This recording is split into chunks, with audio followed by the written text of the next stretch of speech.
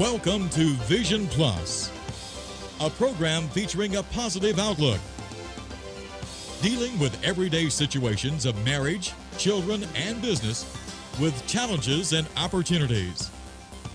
Believing Philippians 4:13.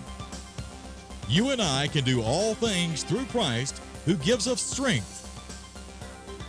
Teacher, author, speaker, delighting audiences from New York to Sacramento with a heart and message for the people today. Here's Bonnie Liphart.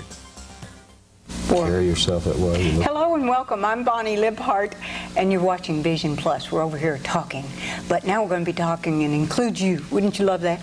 Well, if you've been watching in the last couple of programs, we have been doing a series on, I call it Trance, the Sleeping of America.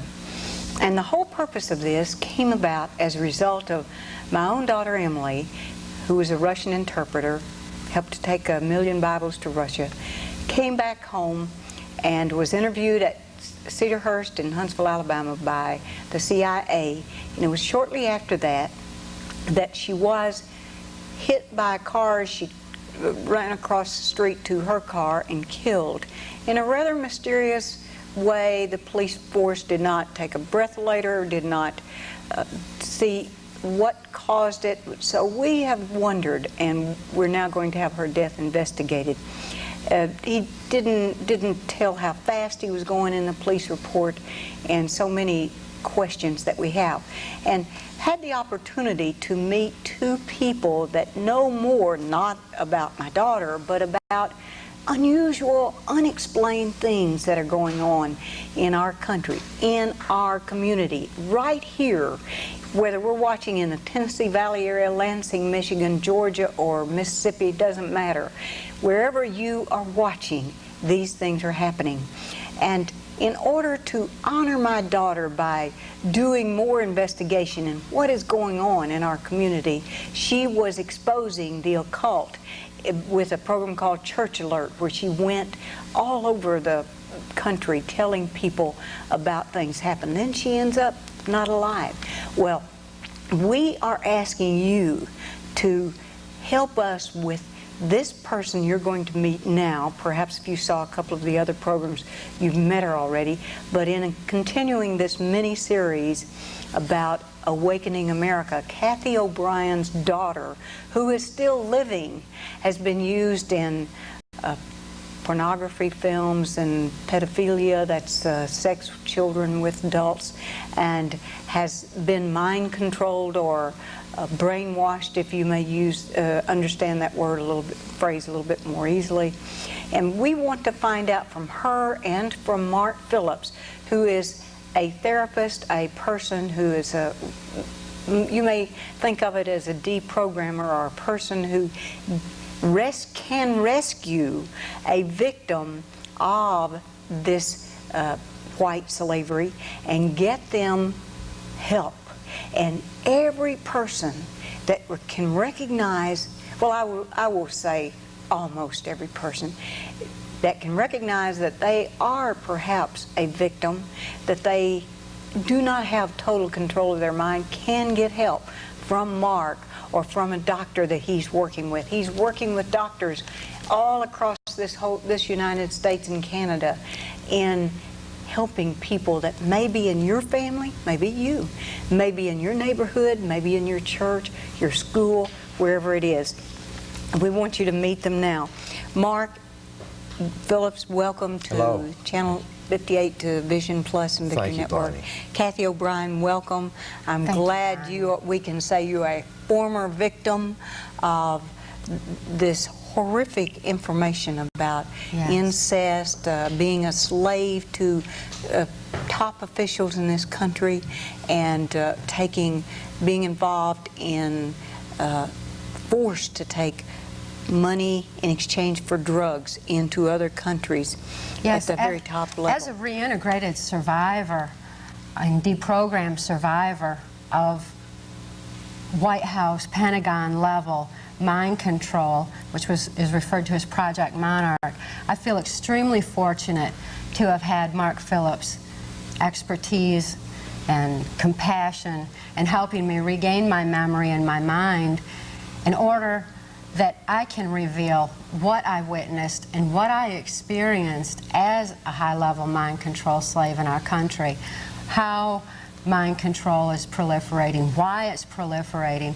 in hopes that the many numerous survivors out there, the people who are still being victimized, can wake up, find the peace of mind that I have, and that children like my daughter Kelly will finally be granted their right to rehabilitation for the mind control atrocities that they endured, in order that we can put our country back on its feet and stop all this crime, violence, and occultism that's going on. Mark, are there very many physicians that know about Project Monarch? And There are several physicians that have come forth just recently, Bonnie. mental health? Yes, within the mental health community. Now, physicians on the level of psychologist and psychiatrist is what I think you're talking about. There have been a few to step forward, but you must understand that psychiatrists and psychologists are licensed, and they're licensed by their local governments. And since this is a so-called threat to national security for Ms. O'Brien or anyone else who survived these horrendous tortures to step forward, these doctors are not wanting to be put in the position of being the ones to expose. You see, I'm not a licensed physician.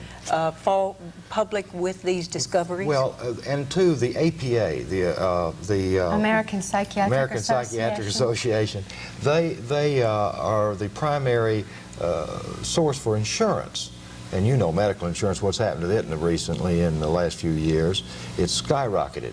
Well, this cooperative insurance effort, if you're a psychiatrist and you can't get insurance through the APA, you just about can't practice. So if the APA, as a Washington lobby, has pressure put on it, this is a matter of national security, don't talk about Project Monarch, the doctor is silenced because he can no longer help people, he can no longer practice if he opens his mouth. So enter Mark Phillips and a lot more people just like me that are stepping forward, because I have connections in and out of the medical community, mental health community, and I have friends from within the intelligence communities, like the CIA. Mark, when we were doing the research about you and Kathy prior to your coming here, when I had that stack of material like this, one of the researchers went in and talked to a local physician, psychiatrist, and presented the material to them, and they said, we don't want to see the material, we don't want to be involved, we just want to go and do our job, we want to go home at night, have our family, we don't want to be involved, and they flat would not help. We said, okay, is it possible that there is such a thing as white slaves and Project Monarch and pedophilia going on and incest to the extent that it would cause multiple personality disorders? And that physician right here in this area said, absolutely. It not only is possible, it is happening, but I'm not going to be involved in it. I don't want to be involved in it. The three monkey syndrome. Three monkey syndrome? Yes. Hear no evil, speak no evil, see no evil. In other words, don't expose evil, and evil will consume you. How would I recognize a person that had been a slave if I saw one? Well, IDing a slave, I've taken physicians to malls all over the United States and Canada, and we will sit like a typical mall-lite, as they call them, on a bench, and what you look for is the toes are pointed out or pointed severely in. They'll have a waxy complexion. They'll have a fixed smile. Different from somebody that's just drugged, you know, on drugs. Very different. Very different. Very Okay, different. give me an idea of how it could be different. The person looks robotic. Yeah, exactly. Very good. Because a drug person would have the bloodshot eyes, perhaps, or some. Perhaps. Well, if they're cocaine doesn't make your eyes bloodshot, and neither does heroin. But these people look very robotic. Very often wide-eyed with pupillary dilation. The pupils are usually blacked out. In other words, their iris is lost. It's all just blacked out. It's because of trauma. If you saw someone who just... In other words, you would hardly see the color of their eyes. Sometimes not at all. I could not see Kathy's color of her eyes and did not even know what the color was for some 5 months. Into 5 months into therapy before the color started coming in. She has beautiful hazel eyes, and I never saw it. Now, let's just use an example. You're in Dallas, Texas. You're in Huntsville, Alabama. Yes. You're in Lansing, Michigan. Yes. You go to a mall, and you are there looking for a person to prove to that doctor that they can or prove to me that you can see. Okay, tell me how long would we sit there? 3 days? Unfortunately, we would only probably have to sit in a city the size of Huntsville, where we have a heavy concentration of this activity. A couple 100,000 people. A couple of thousand people, but Huntsville is an exception because it has a higher ratio. But if you went to Dallas, for instance, or Houston, in an average-sized mall, it would take probably about 5 minutes. 5 minutes? I would Yes. have thought so to In 5. Huntsville, 5 minutes? 5 minutes. And you'd see someone that is programmed Within that 5 minutes, I could approach this Oh, person come on. and trigger them, Bonnie, trigger them, and they would follow me out to my car, Well, how or could you for that matter, anywhere I wanted trigger them to them. go. Give me an example. These people are in a or- perpetual trance, Bonnie. If you had just witnessed a horrible accident and your eyes had blacked out and you were just kind of wandering around aimlessly, In a or daze. if someone had said, there's a police officer or a telephone right over there, while you were motivating yourself to that police officer, to that telephone, and someone interceded and stopped you, like I would be the person walking to the mall, perhaps going in to buy a product at a particular store, or to make a cocaine or heroin delivery, as many of them are doing. They use the malls. They could not think of what they were what they were there for, in other words. As a mind control slave myself, I had no ability to reason or comprehend. I didn't know who I was, where I'd been, where I was going. I didn't know how old I was. I had no memory whatsoever of any of my past, or even I had no comprehension that I was not remembering my past. The only thing I could do was exactly what I was told to do. Well, the rest after of my you mind were had shut rescued down. and deprogrammed, and then you were, well, how did you know what year it was, or what? Tell me about that. It was a very unusual feeling. It was like somewhat like a Rip Van Winkle kind of wakening up. And once my eyes were open to what I had experienced, my memory was coming back. I realized that I had lost at least 10 years of my life that I'd had no conscious memory of. I lived 10 years under total control, where in effect someone was just simply controlling my body and making it carry out different criminal and pornographic operations that I never would have involved myself in whatsoever if I'd had any free will. But my free will was taken from me. And once I woke up to that, the technology and the things that had transpired during those years were things I had to catch up on. Bonnie, I'm still catching up on them. do you realize that with a simple $50 stun gun, that you can brainwash someone and take control of their mind if you know the formula? Okay, what's a stun gun exactly? A stun gun is an electrical device that puts out a high voltage, DC, or direct current. 120,000 volts is very common now. Looks like that would electrocute someone. No, it doesn't even interfere with the heart muscle. What it does is it interferes with your brain chemistry. It lowers your blood sugar until you go into in essence, shock. Insulin shock type of It's a type shock. of shock, where your subconscious begins to become your logic, and your logic shuts down, and you can no longer logically think for yourself. And so someone else can go into your head through your ears by saying certain things and literally take over your mind. Well, how is it used and why? It's used, if you can control someone's mind, Bonnie, you can control their bodies. And these people are using other people. Well, do you know how to dress in the morning? Do you know how the usual things like... Very often I was told how to dress. Very often. And where to go, what to do. Did you not have like a room of your own anywhere No. where you had things that were yours No. and knew where to go get your makeup and your clothes? Well, I could go through a regular routine of work that was scheduled for me. Which could include getting doing up and farm getting- chores and dressing myself and dressing my daughter and sending her to school and picking her up from school, because those were a matter of routine that I was conditioned and trained to do through the programming. But it was any time that where a normal person would have to themselves for whatever they wanted to do, those were the times when I was ordered to carry out certain activities, such as the cocaine muling and cocaine distribution, pornography, prostitution, and other criminal activities. Now, I know from prior days spent with you that you do believe in God. You personally, how did you learn that? You certainly didn't learn it from your parents, even though you went to a, quote, Catholic school. You didn't really learn it there. That was no, your the Catholic school was very much a part of my abuse base, and because Satanism is a reversal of Christianity, it's not the spiritual aspect of what's happening here. What has happened is that government studies that were taken from the Nazi Germany were put into a scientific form whereby a trauma base could be used. Satanism was preferred, and Satanism is a reversal of Christianity. Therefore, the Christian community has been horribly distorted, used, and people have been victimized even within churches, such as you're hearing so much about the Catholic Church and pedophile activities, because they're traumatizing kids for Project Monarch and other mind control operations.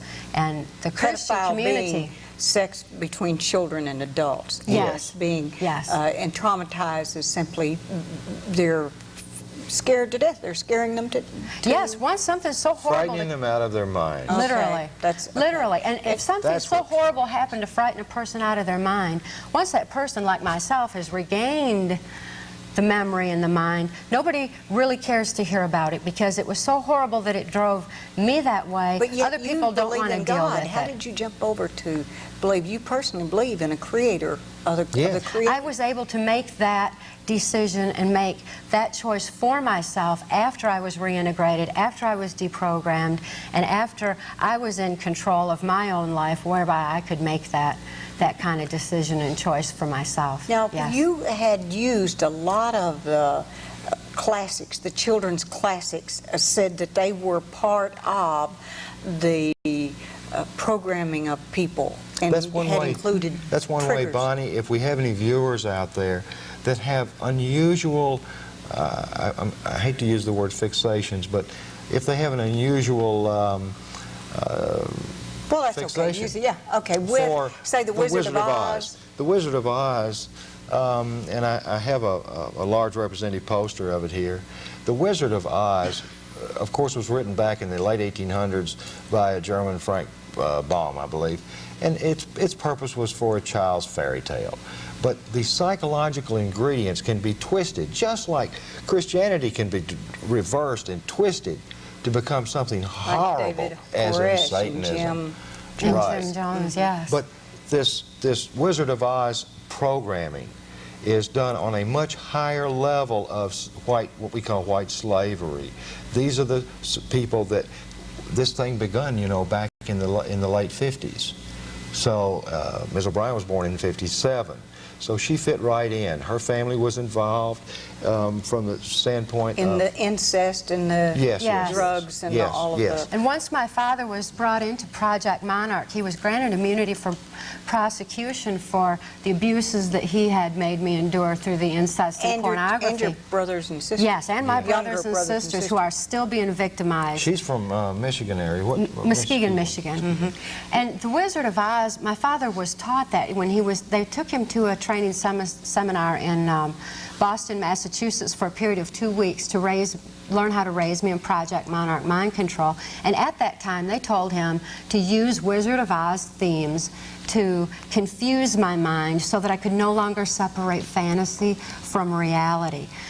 It was used in the same way that a lot of time Disney themes are used and distorted. Yeah. For example, while I was being pornographically the man who was running the camera for the child pornography told me as a young child, my brother, that he also ran a camera for the Mickey Mouse Club and for Walt Disney, and that any time I watched the Walt Disney, that he was looking through TV at me. He was just lying, wasn't he? He told you that. Totally distorting it. So the Wizard of Oz and Disney themes are very, very commonly used in mind control. Sesame Street. Yeah, different themes like that. Alice in Wonderland. Star Wars even is used. Anything that's on a fantasy level to confuse the mind on what's fantasy, what is reality, so that when a child, say for instance, says, is raped by their father who's wearing a Mickey Mouse costume and has or this... a Darth Vader costume. A Mickey Mouse, and it has this Mickey Mouse fantasy conditioning, then he goes to a therapist and says, Mickey Mouse raped me. And people don't know what's really going on until they look further and realize what the child is saying is, my father in a Mickey Mouse costume raped me, and I was confused with fantasy on Disney themes. You know, and a child can't think to say that until they've been through the kind of therapy that I've been so fortunate to have been through with Mark Phillips. Now, I read in the Reader's Digest that there are over 100,000 kids that disappear each year in this country. Do you believe that's really true, and is it related to this Project Monarch? Yes. You know, just is. My home state of Arkansas, they had 3 little boys to disappear in West Memphis. Well, they found the boys, but they had been mutilated. And that was the day before a satanic holiday, by the way. And then in Waco, Texas, well, it was actually during the time of Koresh, but at that time another 8-year-old boy, this happened to him where he was mutilated in the same way he'd gone into a Kmart store or Walmart, one of those I shouldn't have said. Sure. Some kind of store like that. Told his mom, I want to go to the men's room, you know, the restroom, and he didn't come out. And she went in and found he had been mutilated. So, how is it, your opinion, 100,000 kids, is that ridiculous? Let me say I really don't know if these figures are accurate. The missing and exploited children out of Washington, D.C. represents a tiny, tiny fraction. Let me tell you something, Bonnie. I work very closely with a number of retired FBI persons. One in particular, a very visible fellow who was head of the largest FBI office in Los Angeles, of course, Ted Gunderson. Ted has given me an incredible education on this, and let me explain. If your car is stolen, the FBI knows about it within 24 hours and notifies every state in the United States to be on the lookout for your automobile. If your child is stolen and you report it to the FBI, they tell you good luck. They refuse to allow a multi-jurisdictional or a federal clearinghouse for the names. And now, why would this be that you can get your car back, but you can't get your child back? If you want, if you want your child back who has been abducted or has just disappeared from your home or your yard or the store that he's gone into or she's gone into, there's no recourse except for you to get out and hang posters and beg people to be on the lookout and show the pictures. From the level that I experienced, I witnessed a lot of what was happening to these children. Some of them are used to traumatize others for mind control purposes, and other children that are missing are the ones who are traumatized by the death of those children. Yes. And once that happens, their mind can be manipulated and controlled, and these children are used as sex slaves very often, and in child pornography, and very often even sold out of this country into different countries. So what's the solution? I know that our Heavenly Father God, that He is the answer, that prayer does a lot of things. And He uses people. You know, people are used the same as there's no. The devil uses people, yes. And our Heavenly Father, God, Creator of all mankind, uses people.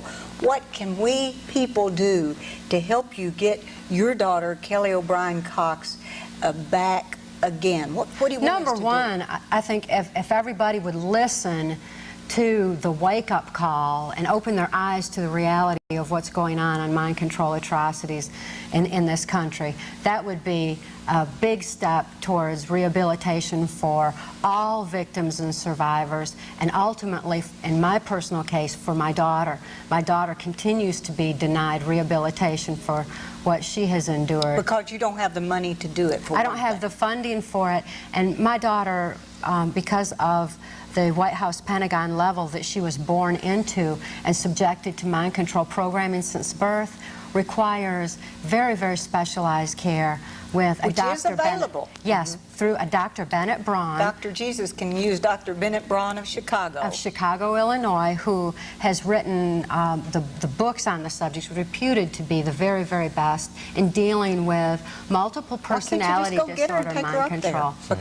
Because the state of Tennessee, she's in an institution right at yes, the moment. and she's in the custody of the state of Tennessee because through a series of threats and events, Kelly was thrust into the Tennessee mental health system. And once that happened, the only way that I could get funding for her So if you had the money. If I had the money, I could get her. You could absolutely. Get her. Okay, so and we've been 4 years working towards that goal. Okay. 4 long years. So in addition to that, you request cards, letters of support, Please. and enough response and support could incite some action so that it wouldn't take dollars. It would take dollars, but it could be done through the system.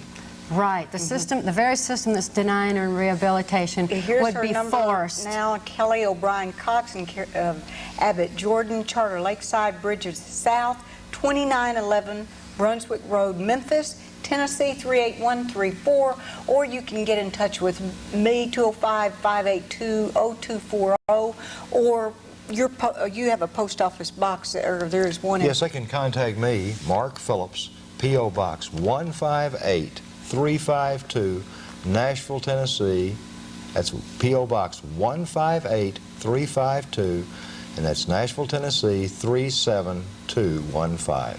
Mark Phillips and Kathy O'Brien, thank you. We will be returning with another program. Be sure and watch for the 4th in the series that I call Trance, the Sleeping of America. We're waking people up to what is going on in our neighborhoods. I'm Bonnie Libhart. Bless your heart for watching.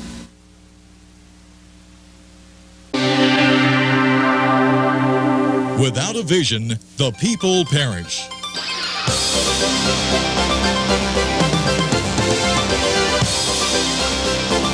Welcome to Vision Plus, a program featuring a positive outlook, dealing with everyday situations of marriage, children, and business with challenges and opportunities. Believing Philippians 4:13. You and I can do all things through Christ who gives us strength. Teacher, author, speaker, delighting audiences from New York to Sacramento with a heart and message for the people today. Here's Bonnie Libhart. I'm Bonnie Libhart, and you're watching Vision Plus. Without a vision, the people perish. Well, we're in one of the most exciting times of the year for us, and that's the Thanksgiving holiday. And there's so many things to be thankful for. Always giving thanks. I just looked up in the Bible recently about all the verses it has about being thankful and having gratitude. Don't you just love to be around a person that has a lot of gratitude? Well, we want to just cover a moment how this all started in our country, and then in a moment you're going to meet someone that our country was founded on freedom of religion. When the Pilgrims, in fact, the word pilgrim means one who travels for religious reasons, and they had wanted to get away from a place where they were stifled and had to practice their religion in a certain way, and that's one of the reasons that people came to this great United States. Of course, it wasn't known as the United States at that time. On Plymouth Rock in 1620, was, well, maybe the first time that we hear about or think about the Pilgrims being here for the period of time. About 1621, William Bradford in that fall had a time of prayer and harvest and gratefulness to the Indians, the American Indians at the time, Massasoit and Wampanoag, and they wanted to get together and show their appreciation, like many of you are doing this weekend and today, where that we get together and sure we overeat and we do a lot of family, I call it brag and complain period, where we brag about things that are happening in the family and how great our family is. But isn't that good to have some family members that can do that? Or if you're like Tony and I were one Thanksgiving time, we actually were traveling through the country and stopped in some place in, I think it was Flagstone, Arizona, and stopped in some little tiny cafe type place and had turkey and cranberry sauce and got on our way traveling back with a street sweeper coming here to the south again. But during that time of life, so whether it's you're with family or you're traveling alone, we want you to enjoy the day and to find something to be thankful for.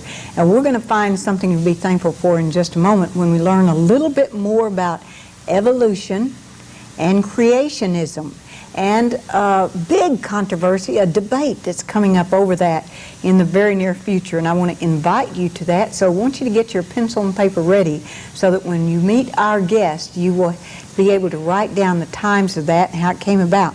By the way, back there in 1621, when William Bradford in that fall put that together for well as the Indians and the American Indians and the people that were there, I love this part. 5 women did the cooking for all of those people. I'm sure one of them would have been a woman like my mother who could put more together at 89 years old than most of us could possibly ever eat. And I love to go to, when we have potlucks at church, just to see. It's amazing. I do believe it's like the pot of oil, where it seems like that you just don't dent the food when you're finished with the day. But it was at that period of time when this period of thankfulness or gratefulness lasted for 3 days. And then it wasn't till about 1860, oh well, that's almost a couple hundred years later, almost, when Mrs. Sarah Hale went to then President Abraham Lincoln and say, let's make this a national holiday. And at that time in 1860, all but 2 states said, let's go for it. And then, of course, in 1863 was the time of the Civil War, and they were wanting a way to unite nationally. So they decided on the 4th Thursday in November, actually it was really 1941 before they actually counted it as a national holiday. But whether you're watching a parade, we used to always watch the Macy's parade, but whatever you're doing this day, be thankful for what's going on in your life. And perhaps you'd like to learn about something you can go to in a few days, and that would be told by our guest that I have here today, Thomas Thrasher. He is going to be in a public debate on the theory of evolution. And welcome, Brother Thrasher, and tell us a little bit about, first of all, you're a science teacher. I mean, you're a math teacher. Math. And you're going to debate one of your co-teachers, David White, who's a science teacher, aren't you? Right. How did that come about, and when is it going to be? Well, the debate will be December 2nd at 7 o'clock. That's a Thursday night. And the way that it basically occurred, David and I are friends, but we disagree on things quite frequently. And one of the things we've talked about some is the theory of evolution.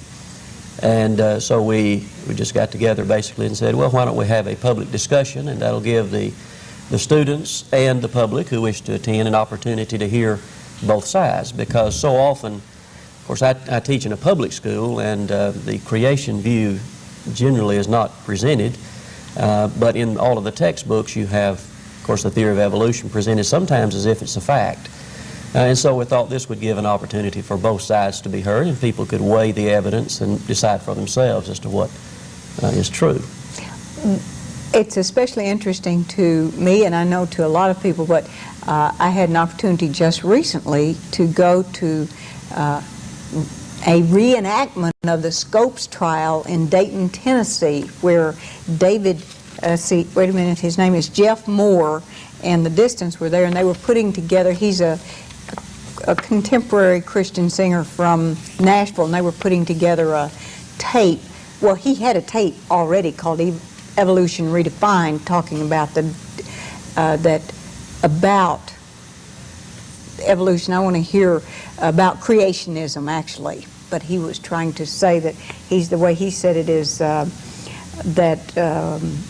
evolution redefined, not a place where natural selection occurs against coincident rules, but a place where lives are being changed. Webster defines evolution as a process of developing into a better state. And so I want to hear how they're trying to put that together in school. Now, describe to me what creationism is and what evolution is as far as the debate is concerned. Basically, you have two possible explanations as to how things came into existence. The more common view, which is presented in the public schools generally, we're bombarded with it in newspapers, on television, radio, just everything you can imagine, is oriented from the standpoint that way back somewhere in time that there was something, they're not sure exactly what it was, and from this unknown something there evolved over billions and billions of years all the great variety of life forms that are in existence now. All of this was through essentially a chance process. These were accidents that occurred repeatedly over billions of years, and so now things are like we see them. That's the evolutionary idea. The option to that, of course, is that there is creation and that God created all things essentially as they are now. Now, we all recognize that things do change.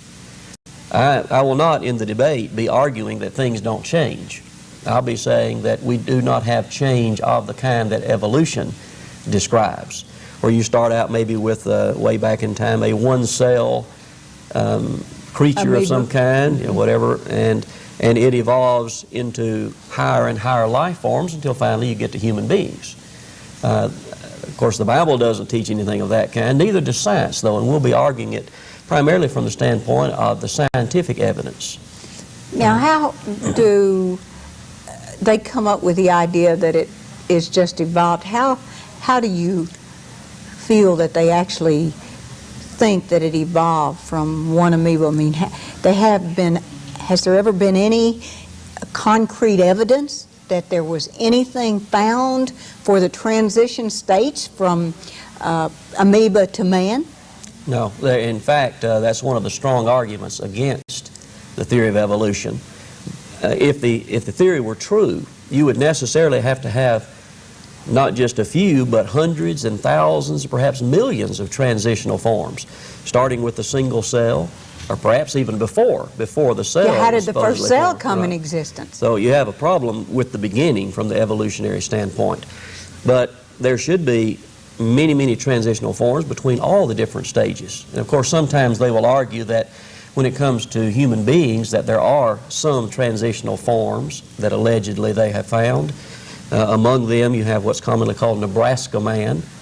And why don't you describe it? Well, what this amounts to was a discovery that was made of some fossil remains, and the claim was made that this is a missing link between the apes and human beings. And they went so far as to take this small amount, in fact it was just one tooth was what was actually discovered. And from this they even formed drawings of what kind of lifestyle these people lived and what they looked like. And, from one tooth? From one tooth. And a few years later they discovered the remainder of this creature from which this tooth came, and it happened to be an extinct pig. And so they really were forced to admit that all of this hypothesizing about the missing link was just totally fabricated. It was the imagination of people who really wanted to believe in evolution to the extent that they took a single tooth and they manufactured a human being out of it, or a link between apes and human beings. But that's how far that they will go at times to try to establish the missing links that you've referred to, the transitional forms. It wouldn't be so bad to come from an ape. I could handle that better than to come from, how do we get from the amoeba to the ape then? Let's take that. Where is the evidence where is any evidence that has happened? There's absolutely no evidence whatsoever. And if it does, why don't animals have thought in the sense of laughter, and why don't they create things themselves like humans are able to think and develop a way to write, a way to computers? I mean, what do the evolutionists say about those reasons and those things that animals do not have laughter, or some of the things that humans have? They really have no explanation that I know of, and I see a major problem. Of course, those of us who believe the Bible know that man is very different from the animals. The evolutionists will lump human beings in with the various animals, not only the apes, but all the other kinds of animals. But man is distinct from them. We know the Bible shows that God created man in his own image. And man has a soul, a spirit, which makes the human being what he is, that animals do not have.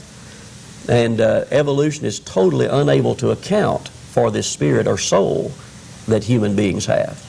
And I think that's a major fault in the scientific approach to things. Not that science is bad, but that people have abused science, and they have put man in the category with all of these animals, and just a step removed from the plants, and a further step removed from inanimate things like the rocks and the things of that kind. All of that came about through the same basic process, according to evolutionists.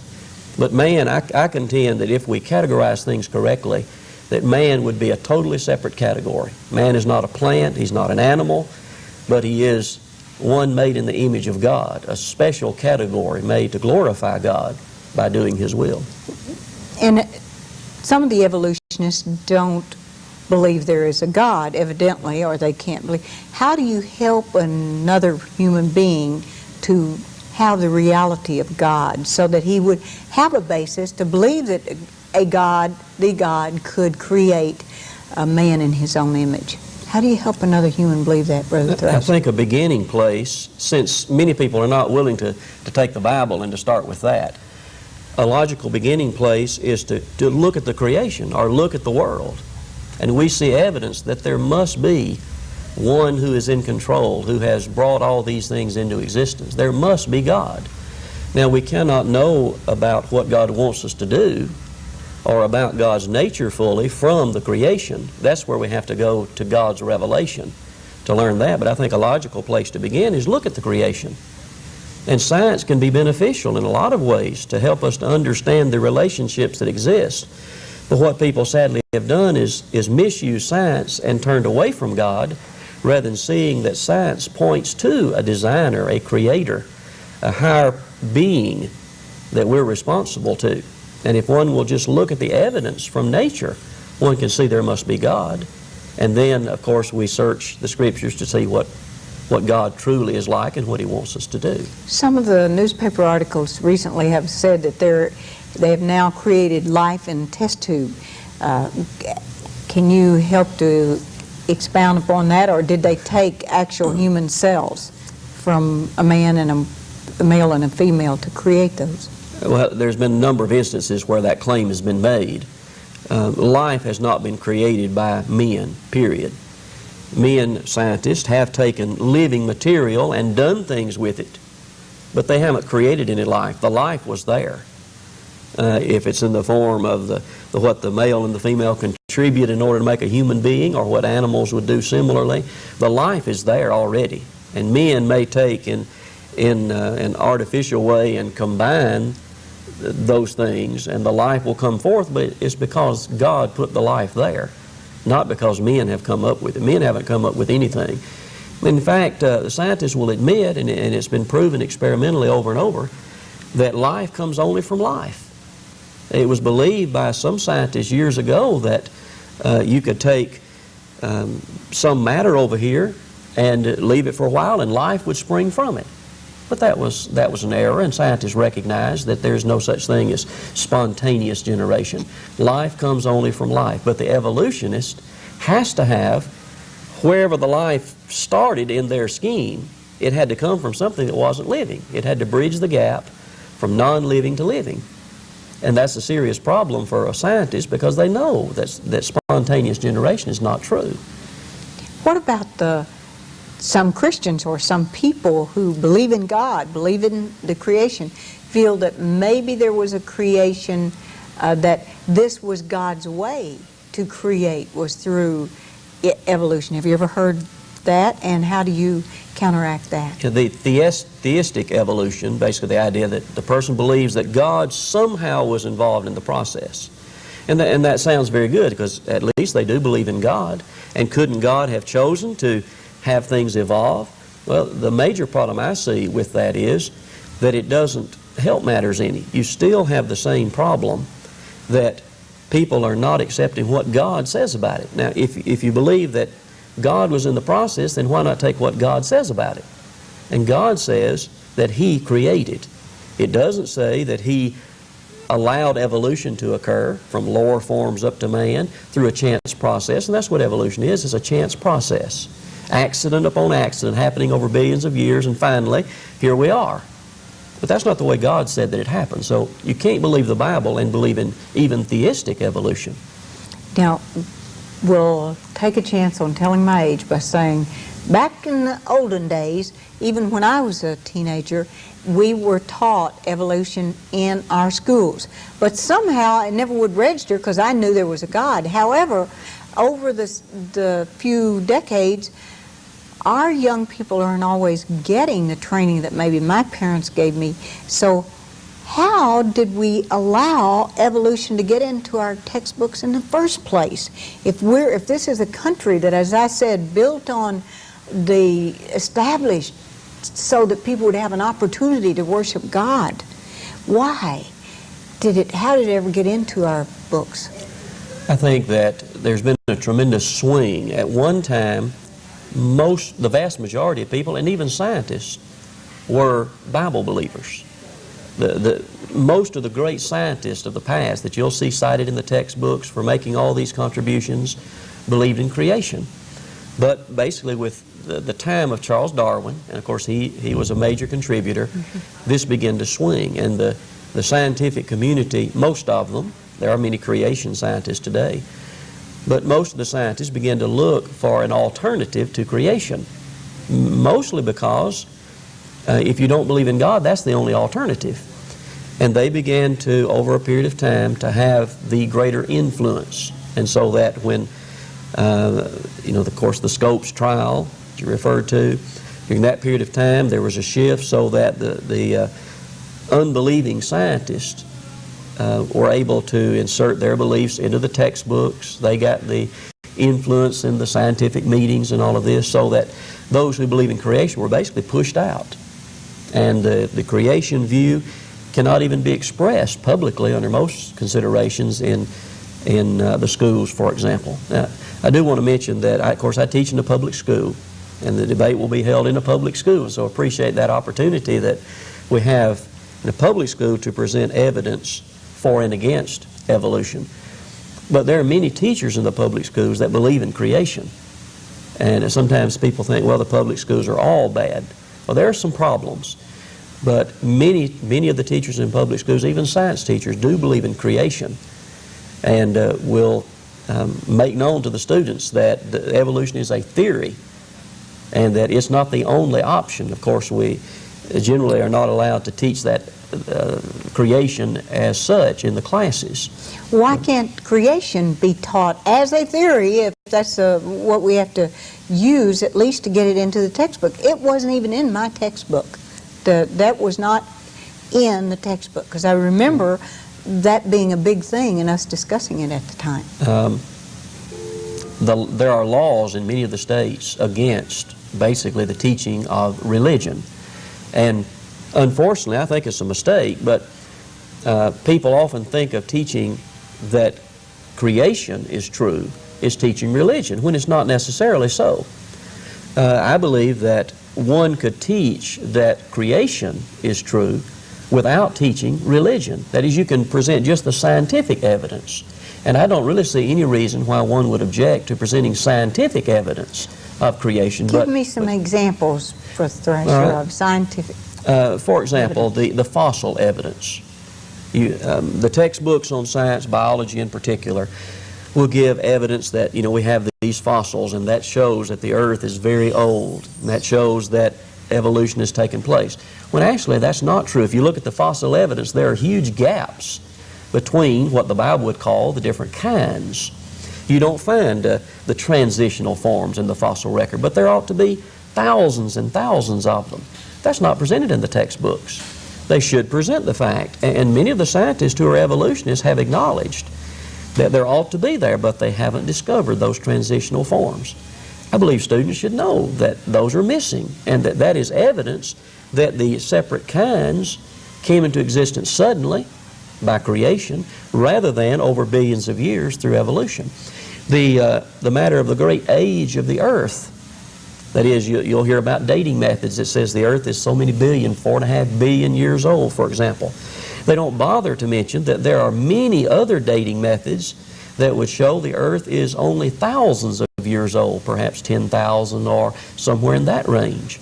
But all of those methods, and there are dozens of them, that show a relatively young Earth, you won't find those in the textbooks. They just dismiss those, though they're just as valid as those relatively few methods that show an old Earth. So basically, they present the evidence that would seem perhaps to favor evolution, like those dating methods, but they ignore all of those that would go against evolution. And that's what I believe we ought to have fair treatment, presenting the scientific evidence, even in the public schools. What would have to happen in order to have fair treatment? I believe that Thrasher? people, human beings, citizens, would need to contact their legislature, the Board of Education. When the time comes for the adoption of textbooks, they would need to be active in the process of adoption of textbooks and stress what they want. I believe firmly that the majority of people in this country believe in creation. But the majority of scientists believe in evolution because that's the only option. If you don't accept God, you have no option but that man has evolved and all other things have evolved. And therefore, basically, people just have to express what they believe, because we live in a democracy, and surely the majority of people ought to have something to say about what's in the books and what their children are taught. So people have to speak up and express themselves on the subject. Why have we been so apathetic about that? Parents, why didn't my parents do something about it? Why didn't I do something about it? It was like my head was in the sand, or I was apathetic or not awake or something. How can we awaken people? I think that these scientists who are evolutionists, and many of them atheists, that they have conveyed the idea that ordinary citizens like us, non-scientists, that you can't decide these things. This is a matter for experts to decide. And so you have to have a PhD in chemistry or biology or something like that in order to be able to consider the evidence. And I totally disagree with that. We have a jury system in this country. The people who are selected to be on a jury in a case are not experts. They may not be average people. Average people. Even but there is a judge who knows the rules of evidence, and there are two sides that are presented, one by the defense and one by the prosecution. They present the evidence, and the jury, just common citizens, decide on the basis of that. They don't have to be experts, but they're people who can use the intelligence that they have to listen to evidence and to make a decision. I believe we can do the same thing on evolution. But many of the scientists have tried and have convinced people, well, you're not experts, and so people have basically said, well, let the scientists decide. But they're not willing to do that on a lot of other things. And I don't believe we ought to allow them to decide for us on the theory of evolution either. now, when you have this debate on the theory of evolution versus creationism, what do you think will be some of his evidence that he'll present? I can only speculate, of course, because there's so much material, but I would presume the fossil record. Mm-hmm. That's about the number one thing that they'll try to cite. And as I said, I believe it's strongly against the theory of evolution. And I'll try to point that out. If he doesn't bring that up, I'll bring it up because people need to understand that anyway. I suppose he would try to present some of these so-called transitional forms, the 8 men that have been published in the newspapers and books from time to time, things like that. Probably dating methods showing the Earth is very, very old. I would suspect those would be the major things. Now, this is going to be at the, tell us again where it is and when and who's going to be there and all the details. Okay, it'll be December 2nd at 7 o'clock in the evening at Decatur High School Auditorium, Decatur High School in Decatur, Alabama, on Prospect Drive. And Mr. David White, who's a chemistry teacher, and myself, I'm a math teacher, we'll be discussing for 2 hours that subject, and we will essentially have alternating speeches of different lengths, but altogether it'll be 2 hours of discussion. Perot and Gore. Oh, no, White and Thrasher. White will be affirming evolution and Thrasher denying evolution, and doesn't say anything here about creationism, but that's what you'll be affirming. Right. Necessarily, if you don't believe in evolution, you believe in creation. That's the only option. That's the 2 options. And that will be coming to you very shortly. December the 2nd will be here before you know it. We are so happy that you joined us today. You are not only a teacher, but you're also a preacher here in Huntsville. In fact, at the church that meets over in... It's Church of Christ on Winchester Road in Huntsville. And I sure appreciate Joyce Duncan and telling me about this debate. She's excited about having it. So Thomas Thrasher and David White in a debate, in fact, been a long time since we've heard of the debates. My dad used to debate a person named Carl Ketcherside, and he would always get very excited about doing that. A lot of people came, so we're expecting a lot of people to be at the Decatur High School Auditorium, 1011 Prospect Drive in Decatur on December the 2nd, Thursday at 7 p.m. And we do want to wish you a happy Thanksgiving, a safe Thanksgiving as you go back to your home again and get into the further holiday spirit. And we want you to take a moment out on Thursday, December the 2nd, and come and hear the public debate on the theory of evolution with David White and Thomas Thrasher. I'm Bonnie Libhart.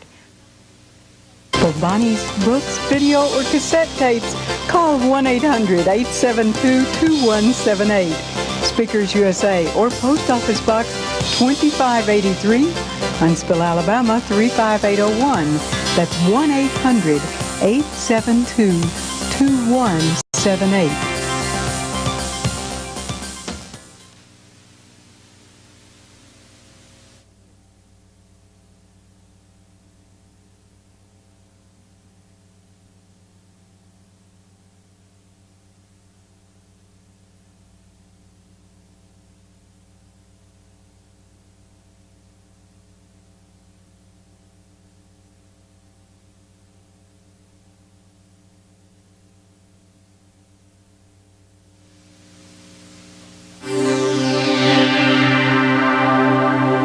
Without a vision, the people perish.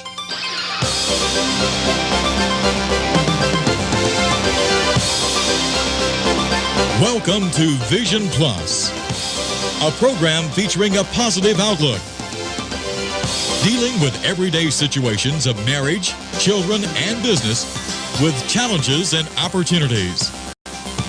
Believing Philippians 4:13. You and I can do all things through Christ who gives us strength. Teacher, author, speaker, delighting audiences from New York to Sacramento with a heart and message for the people today. Here's Bonnie Libhart. Hello and welcome. You're watching Vision Plus. I'm Bonnie Libhart, and I have a whole group of people here that have a vision for helping maybe even you. We'll find out as we meet these different people. You know, we're going through unprecedented change. There are people who are being moved out of the workforce, or workforce is being condensed. And I know, for instance, one of our major companies that's in this Tennessee Valley area, they had 50,000 employees. Now they have 20,000. And you know what? I think all of the management expect at least the same amount of work out of those 20,000 that the 50,000 we're doing. And we're going to find out how this can be possible. And I want you to meet our panel now to talk about a company that's being introduced into the Tennessee Valley area. It's in Chicago and Atlanta. Hey, we don't want those people to get ahead of us. Simi Valley, California, and I understand into Dallas and Knoxville. And how about Huntsville, Alabama? And with me today are some management part of this team. First of all, to my right, I guess that would be to your left, is Mel Galloway. Mel, welcome. Thank you, Bonnie. I appreciate being here. Mel is part of the management team. He's going to be going eventually, I hope your wife and son know about it, to Phoenix, Arizona. Phoenix, Arizona, yes, right. become a managing partner for Train America. Train America is what we're talking about. And now I'd like for you to meet one of our managing partners, Gary Stevens. Gary, hello and welcome. Thank you very much. Gary's been he's been training. I'll have each one of them tell you a little bit about themselves. He has been an actor in Hollywood. He has been, I heard about him, they went to church in Gunnersville, and I don't know what all else he does, but he's also a realtor, as I've been for many years. And I know when you get to meet each one of them, you'll learn a little bit about them. And you may recognize this next person. He's the principal of the school, but he has been here on television for how many years? 3 or 4 years? 4 years. Yeah, yes. Mike Mays.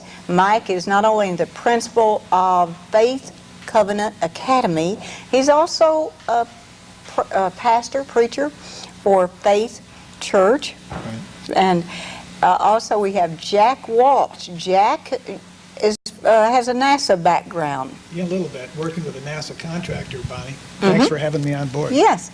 Well, let's find out a little bit about Train America. Train America, as I said, is a company that has been introduced. We have something coming up that is December the 9th. However, you may be watching this after that's already occurred, and we want you to know that there are other dates that we have too that we're having. This particular one is at the Huntsville Marriott Space and Rocket Center, but let's start just with you. Tell me a little bit about some of the training that you've done in the past, Mel. Well, thank you, Bonnie. I've been involved with training for the last 16 to 17 years in a variety of different positions and capacities. I've worked with the Chamber of Commerce and with Whitaker Corporation and with several different companies like this. And some of the things that we have seen in the training field is that there is more and more of a need, and yet at the same time it's become so expensive for most companies it's very hard for them to be able to get their people to the training center and still be able to take advantage of a good program. And that's what Train America is trying to do, is to assist us in being able to meet their needs in their particular areas of responsibilities that are becoming more important each day. Gary, what have you been doing? What are some of the things you've been doing, and why did you get involved in Train America? I got involved in Train America, Bonnie, because it's a very exciting concept. To me, it's very rewarding in helping industry go through this tremendous change, as you mentioned earlier. The evolution that's happening now, the reduction of workforce. And I think Train America is going to be an essential tool in helping the industrial community go through this change process. How would it be an essential tool for Well, industry? we can help people on an individual, personal basis and a professional basis cope with the change and help them learn how to be more productive with their personal and professional time and be more a well-rounded human being. I want once to they hear go through more this about, process. you're actually teaching team building, and right. Mel is teaching time organization and a lot of other things he can teach. And Mike Mays, one of the things that he's teaching is attitude. Now, don't have an attitude with me, but tell me what you mean when you're talking about, give us an overview of what you'll be teaching in the course on attitude. Well, we'll be talking about different techniques that will help a person to stay positive in the workplace. We live in a very negative society, and my personal feeling is that if you believe that you're defeated, you are defeated. And I feel like that we will just talk about some things, some areas that people can do.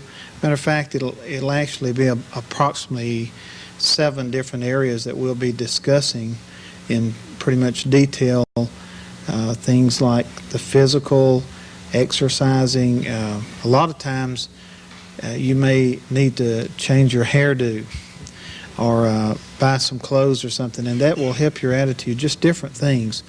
We get a lot of class involvement, and it's just a very upbeat class, and we're very excited to be a part of it.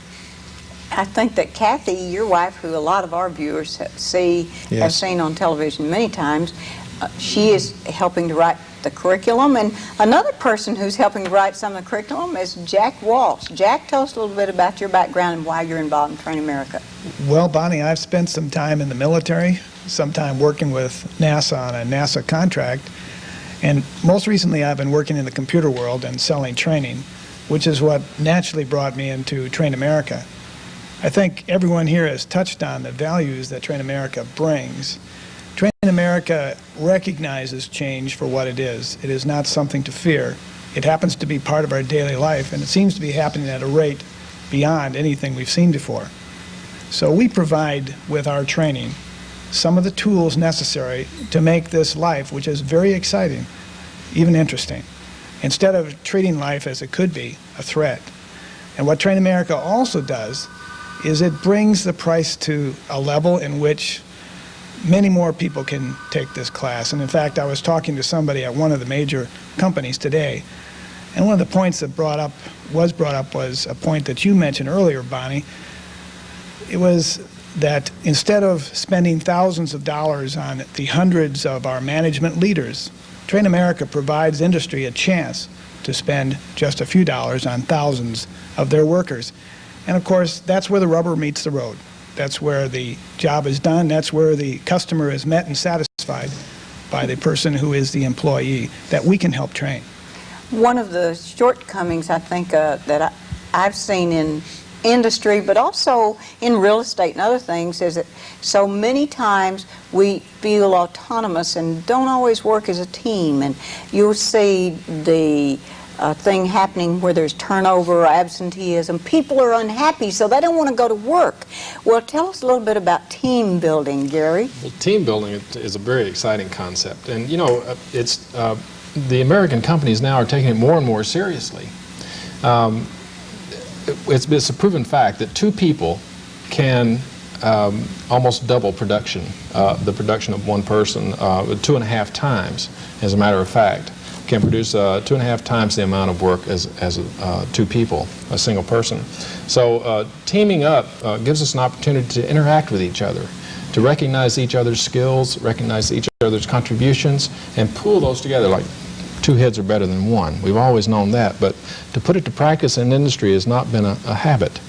That's what we, as trainers with Train America, can do. We can come into an industry, into a company, show them how to work together as a team, how to cope with their differences, and also the things they have in common, and put those to work. Well, in the industry is a great way. We have to have a sharper workforce that now can be excited about working because they still have a job, and people who maybe have, well, they're outsourced or they're now available to have other opportunities to work for, to go toward. Well, those people can take some of the training so they can get the slight edge, as they talk about in racing. Mike, how can this same concept be in the family life, the team building, the attitude? How would that help? Well, you're kind of touching maybe on some of the curriculum that we're working on a little bit as far as developing and to submit, but I believe that a family needs to work together as a team and be supportive of the other family members. I believe it's so important if the husband is out working, and nowadays just about, you have both a husband and wife working. I think it's so important that each other support the other in their efforts and build them up and encourage them so that they will be successful. Let's face it, you get up in the mornings and if you do not have that good, positive input from your partner, it will probably affect your day, the rest of the day. You may go in and snap at the secretary, kick the dog on your way out, and so forth. So the team building aspect that Gary was talking about is so important to the to the family. And to have the whole family involved. I think one of Yes, the things I absolutely. noticed in what you're doing in teaching team building is the fact that you get everyone involved. Yes. And that's the same way in a family. The Right. children, young people, you're Nicole and Noel, Right. and